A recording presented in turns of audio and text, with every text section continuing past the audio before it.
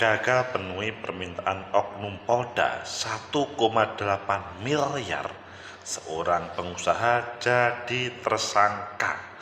Catatan buruk di hari korupsi selain Firly Bahuri KPK yang viral dan Edward Omar Syarif Wamenkumham yang menjadi tersangka. Bagaimana menurut kalian? Apakah pasca hari anti korupsi ini akan lebih baik atau menjadi suram penegakan hukum kita?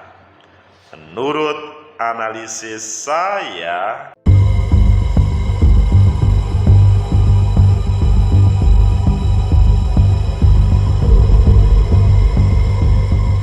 Assalamualaikum warahmatullahi wabarakatuh. Salam sejahtera untuk kita semua, pecinta masyarakat negeri. Tegakkan kebenaran, lawan ketidakadilan. Indeks korupsi di negeri ini semakin menurun. Pertanda ada sebuah problem yang ada di negeri ini. Di hari anti korupsi, koruptor semakin menggejala, menggila. Coba bayangkan, seorang pengusaha tidak bisa setor 1,8 M sesuai dengan permintaan Oknum Polda di Bali, langsung menjadi tersangka. Ketua KPK yang diharapkan sebagai pemberantasan korupsi menjadi tersangka. Wamenkumham, penegakan hukum, simbol penegakan hukum, jadi tersangka. Bagaimana masa depan negeri ini? Apakah akan lebih baik atau menjadi ancaman terkait dengan maraknya korupsi di negeri ini? Ayo kita baca di beberapa media. Selanjutnya nanti kita kupas dan bagaimana para bakal calon presiden merespon para koruptor yang membahayakan ini. Pertama kita lihat di Viva, Yudi Purnomo, penahanan Firly Bahuri jadi kado terindah hari anti korupsi sedunia. Ini Yudi Purnomo ini merupakan mantan penyidik KPK yang sangat berharap di hari anti korupsi kemarin Ketua KPK langsung menjadi tahanan sebagai kado terindah. Mungkin kalian setuju, tetapi sebagian mungkin tidak setuju. Bagaimana? Kemudian kita lihat di CNN Indonesia, memperingati hari anti korupsi sedunia dari titik nalir. Ini sepertinya baru memulai pemberantasan korupsi. Begitu juga di CNN, gagal penuhi permintaan Oknum Polda 1,8 M, pengusaha jadi tersangka. Ini di Bali. Coba bayangkan di daerah-daerah yang lain, yang di situ para aparat penegak hukumnya lebih sangat bahaya penegak hukum. Kemudian di metrotvnews.com, ICW Hari Anti Korupsi Dunia dirayakan dengan duka cita. Kalau ini malah lebih membahayakan lagi, maksudnya tidak bangga tapi duka cita. Ini kelihatannya menarik untuk dibaca. Tapi yang terakhir di Metro juga, Wamenkumham Edward Omar Syarif mundur. Yang ini adalah disampaikan kepada Pak Presiden tapi memang belum direspon karena Pak Presiden masih keluar kota. Kalian pilih yang mana? Oke, kita pilih yang CNN, Metro TV, News.com, dan kita tambahkan yang lain. ICW Hari Anti Korupsi Dunia dirayakan dengan duka cita. Di momentum Hari Anti Korupsi sedunia ini, publik disuguhi dengan sejumlah catatan hitam pemberantasan korupsi Indonesia. Pemberantasan korupsi Indonesia Corruption Watch, ICW juga mengaku prihatin. Data Badan Pusat Statistik menunjukkan perilaku masyarakat yang semakin permisif terhadap korupsi. Indeks perilaku anti korupsi (IPAK) masyarakat pada tahun ini lebih rendah ketimbang tahun sebelumnya. Lalu Transparansi Internasional pada Januari 2023 memberikan catatan bahwa indeks persepsi korupsi IPK 2022 mengalami penurunan terburuk sepanjang sejarah reformasi. Sudah mulai menurun, bukan menaik, tapi menurun. Menurun dalam artian malah lebih parah.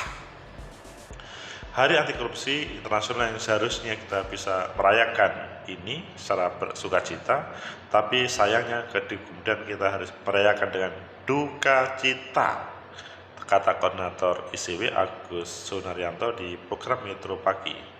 Diketahui Polda Metro Jaya menetapkan Ketua KPK nonaktif sebagai tersangka yang dia memeras Syahrul Yassin Limpo yang dia ditersangkakan oleh KPK. Begitu juga Wakil Menteri Hukum dan HAM Edward Omar Syarif atau Edi Harith juga menambah panjang daftar tersangka oleh KPK. Menegak KPK, mentersangkakan Wamenkumham, begitu juga yang lain, tetapi dia ditersangkakan oleh Polda Jaya. Jadi pada satu titik kita mungkin boleh bergembira karena penegakan hukum itu tidak berhenti. Tapi dia lain, justru kita yang harus kita ratapi adalah orang-orang yang seharusnya menjadi garda terdepan dalam penegakan hukum justru menjadi aktor yang terjerat dalam hukum itu sendiri. Agus juga menyoroti pemberantasan korupsi di Indonesia saat ini seakan tidak memiliki nahkoda. Presiden Joko Widodo yang diharapkan menjadi pemimpin pemberantasan korupsi justru seakan layu. Ini kata Agus. Agus bukan saya. Agus ICW. Kemudian kita melihat tambahan di CNN, gagal memenuhi permintaan oknum Polda 1,8 M pengusaha jadi tersangka. Ini sebuah contoh di Bali 1,8 M. Iwayan Sudarma, kuasa hukum tersangka dan ibunya Nunuk Purwadani Rahayu Ningsih 54 mengatakan oknum itu meminta hasil 10% dari proyek tender penambangan Galian C milik tersangka dengan nilai proyek 18,4 miliar. Jadi 10%-nya adalah 1,8, dan kami sudah sempat meminta keringanan senilai 500 juta tapi ditolak, kemudian dinaikkan sama klien kami menjadi 700 juta, juga tidak mau. Jadi ada 2 kali penawaran. Wah, penegak hukum menawar terkait dengan permintaan. Pada 20 Maret 2023, pikirannya didatangi petugas dari Direktorat Reserse Kriminal Khusus Ditreskrimsus Polda Bali dengan maksud melakukan pemeriksaan terhadap izin pertambangan mineral itu. Leviana menyampaikan izinnya masih dalam proses dan sudah menunjukkan bukti-bukti proses izin penambangan. 2 hari kemudian orang tua dari tersangka Nunuk Purwadani Rahayu Ningsih dan M. Adrijanto Kristiano diminta hadir ke salah satu ruangan di Ditreskrimsus Polda Bali.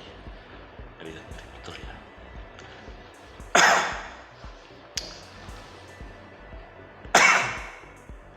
Ternyata masa depan kita tegakkan kebenaran, lawan ketidakadilan.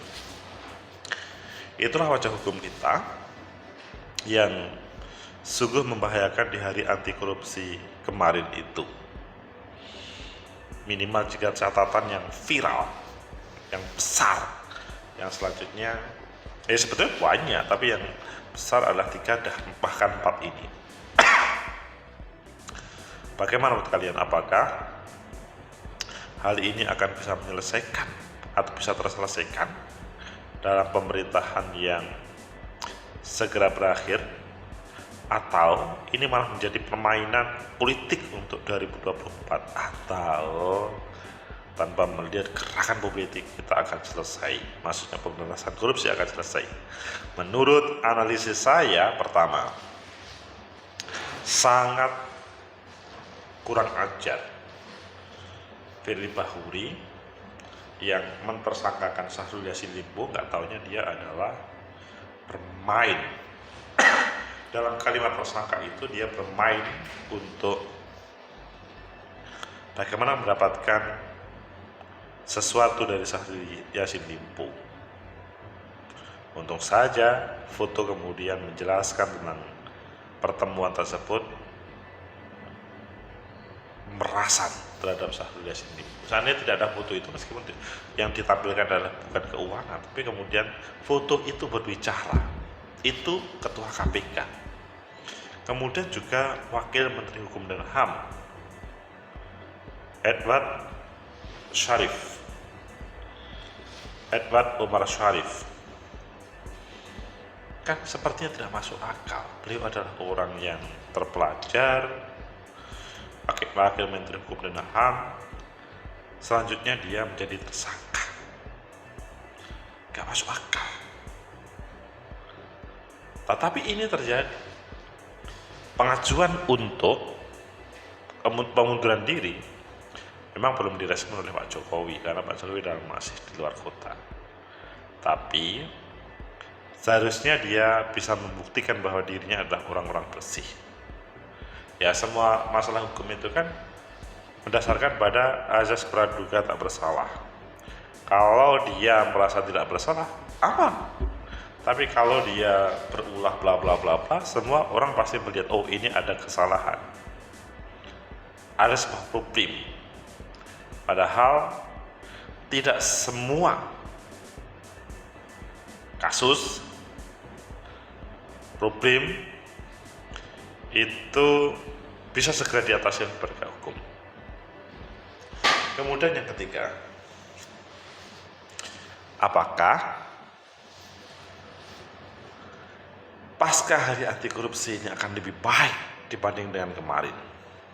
Kalau menurut saya, baik atau buruk itu tinggal kita, maksudnya masyarakat Indonesia, bisa menjalankan kehidupannya secara baik tanpa harus berpikir negatif dalam kehidupan. Dan narimo ing pandum itu penting, karena kalau tidak bisa saja kita semuanya bisa menjadi koruptor. Paling enggak ya dia bermain-main yang sebetulnya mengarah ke korupsi, tapi dia tersembunyi menggunakan panggung depan panggung belakang dramaturgi. Itu membahayakan. Pecinta masa depan negeri, tegakkan kebenaran, lawan ketidakadilan. Sehingga apa yang disampaikan oleh Mas Yudi Pranowo, mantan orang yang bekerja di KPK sebagai penyidik KPK, ketika ada Pak Firly menjadi tersangka, itu sebuah kado terindah dalam hari anti korupsi. Beranikah KPK merespon tantangan Yudi Purnomo tersebut? Yudi Purnomo tidak hanya ngomong, tapi ini berdasarkan berbagai informasi, penjelasan dari banyak orang.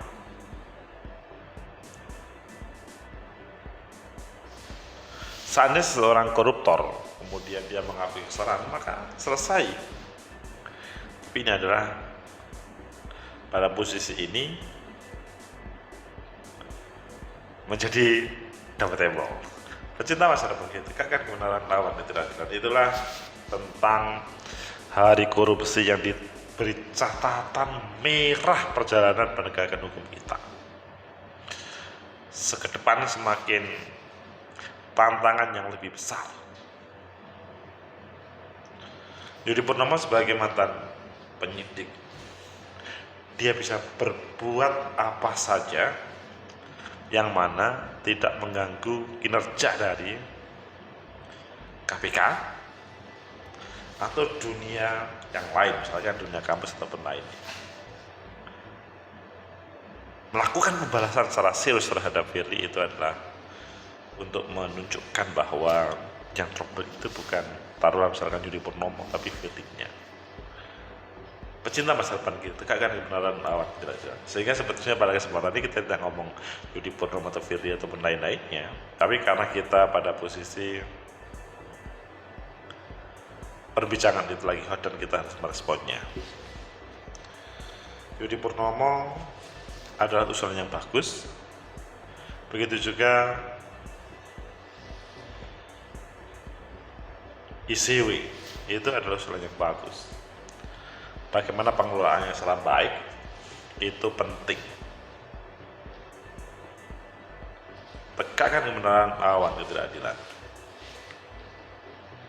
Semoga hari anti korupsi, meskipun sampai hari ini indeks korupsi semakin rendah, tapi semoga semakin hari semakin baik, dengan catatan ada sebuah perjalanan tahapan yang